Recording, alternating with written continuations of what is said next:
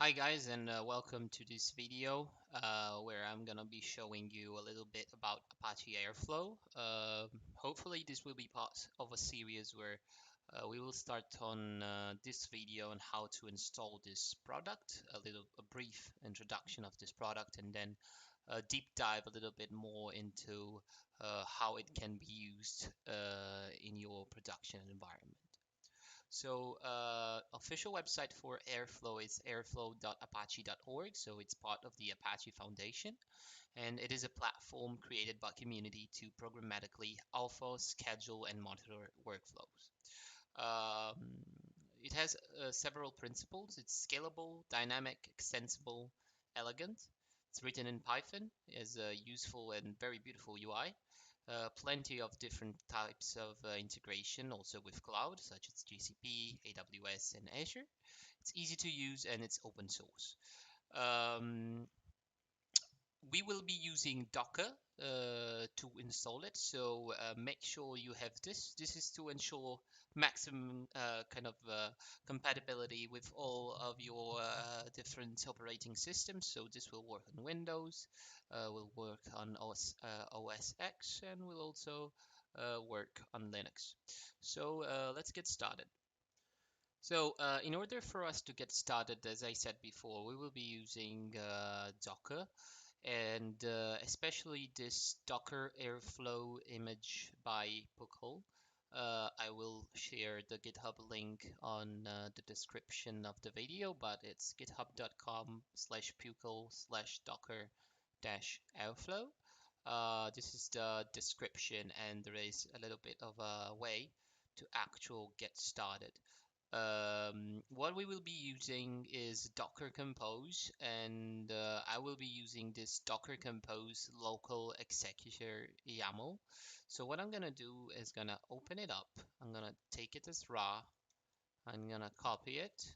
Then in my folder, I will do a new file. I'm gonna paste it and save it as Docker Compose. There we go. Uh, of course, it saved it as a txt file, which is not what I wanted. So I will resave it.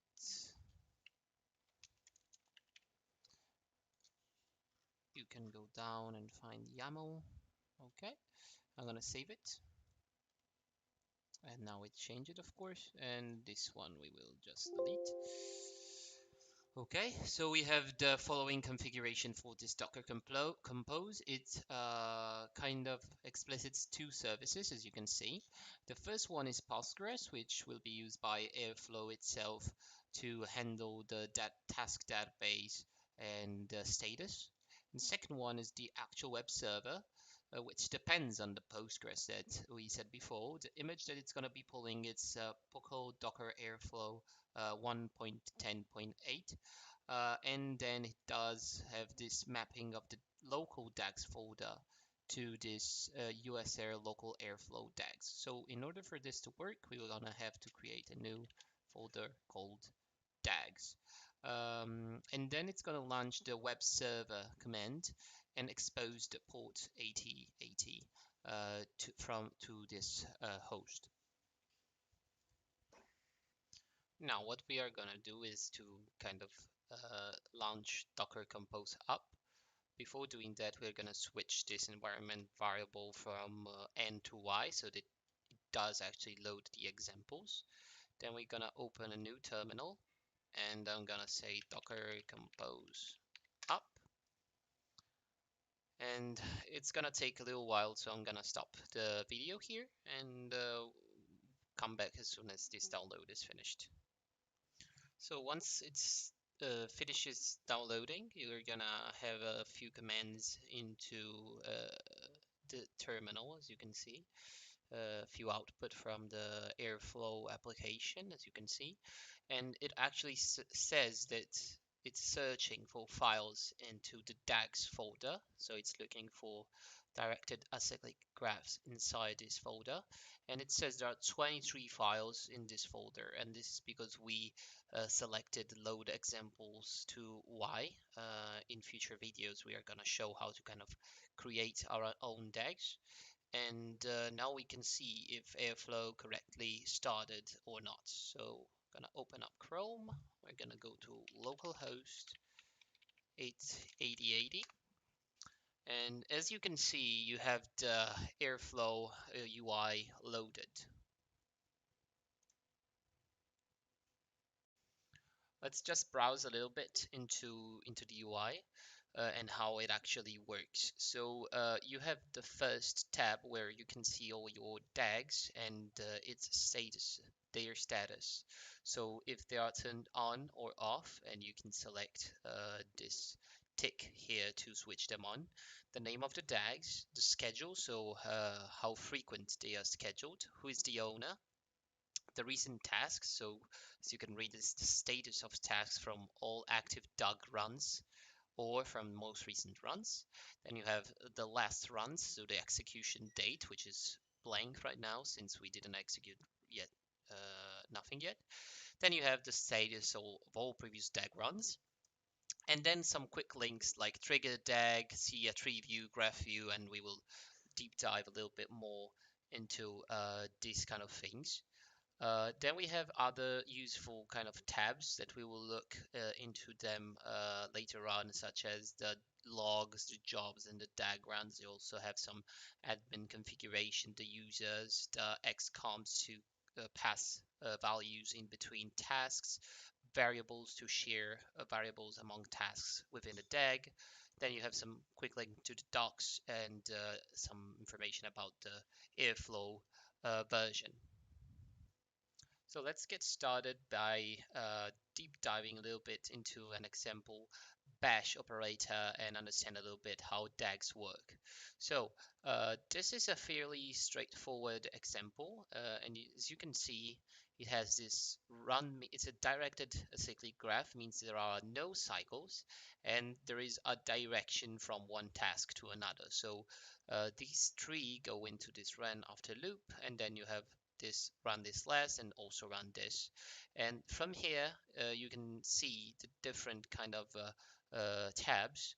You have the graph view, which is this one, and you can clearly see how the DAG is composed and what is the status of the task. So as you can see right now, you have this bash operator and a dummy operator, and they are actually in a no status kind of status.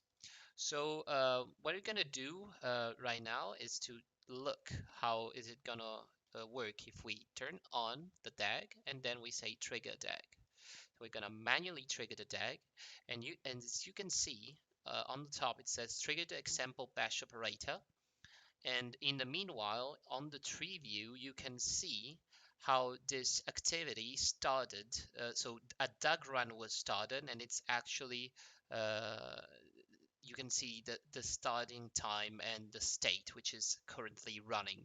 And this is something Airflow does really well, the color scheme kind of matching on the right. So when you have a lot of runs of the same DAG, you can quickly see which one failed, which one are successful, which one are up for reschedule, and so on. So if we go to graph view, as you can see, the status of the task is evolving. So these ones already successfully run, as you can see. If you go, if you hover over the success kind of label, you can see how these are already done. This one isn't finished yet, but if we refresh, now it is also succeeded. If we go to the Gantt kind of view, this is fairly interesting. And as you can see, these three are actually running in parallel, and after that also run this gets triggered. So it's fairly interesting to see how these ones are actually working. If we keep going on the Gantt, you can see how eventually you have this run after loop kind of task that was run, and then you have this run this last. This view is actually very interesting because you can see exactly how much time, the duration of each task within the DAG and how much it took. You can also go into the details of the DAG and see some information about it, and also the overall task duration. So in this case, you can see that this run this last is was quite quick. What we can also do is kind of try and see the fact that since this is scheduled task, it's keep on running even though we didn't manually trigger it. So if you go back to the task duration now, it is evolving for the different runs. It's not just the one run, but it's different kind of runs over time. In the tree view, which is my favorite kind of view, you can clearly see that we have 3 runs and that all the tasks for this DAG were successfully executed, and you can see the duration for each of these tasks. Another quite interesting feature is that you can go into code and quickly see the code for this DAG.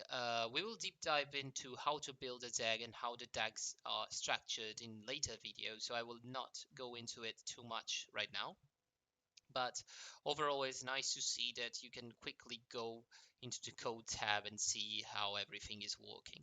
Another interesting thing is that you can go at any point in time at a specific task run and see what kind of logs were outputted for this particular task. So you can see that this task, which was already finished as we saw previously, outputted this kind of log. And you can also go to task instance details and see a lot of relevant information for that task. This is particularly interesting to see when something fails. And trust me, something is gonna fail eventually. And Airflow provides a really quick way to kind of see what failed and the reason why it failed, because you can deep dive into the logs of that particular task for that particular run in a jiffy, so in a very quickly manner. So I'm gonna wrap it up for this video. So it's basically we saw a little bit of how to run Airflow using Docker. We saw a little bit of the user interface and how we can navigate it a little bit. And this should be a series of videos, will be a series of videos. So in the next videos, we are gonna see other examples to kind of understand how Airflow can help us in the kind of ETL kind of tasks and batch processing.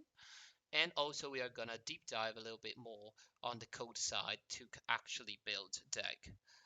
Thanks for watching and have a good day.